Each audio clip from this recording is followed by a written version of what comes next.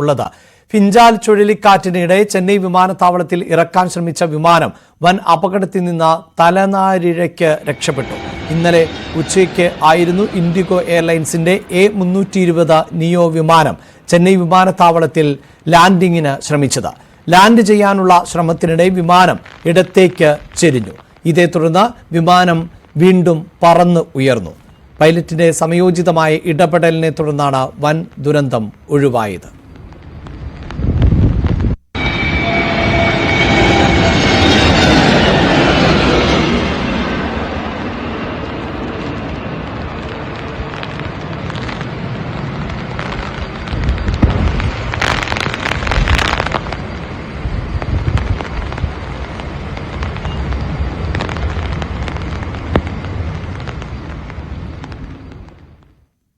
അതേസമയം ഷംന നേരത്തെ സൂചിപ്പിച്ചതുപോലെ ഫിഞ്ചാലിന്റെ എഫക്ട് കേരളത്തിലും ഉണ്ടാകുവാനുള്ള സാധ്യതയാണുള്ളത്. സംസ്ഥാനത്ത് അതിതീവ്ര മഴയ്ക്ക് സാധ്യതയുണ്ട് എന്നാണ് കാലാവസ്ഥാ നിരീക്ഷണ കേന്ദ്രം അറിയിച്ചിട്ടുള്ളത്. നിലവിൽ കോട്ടയം, എറണാകുളം, ഇടുക്കി, തൃശൂർ ജില്ലകളിൽ ഓറഞ്ച് അലർട്ടാണുള്ളത്.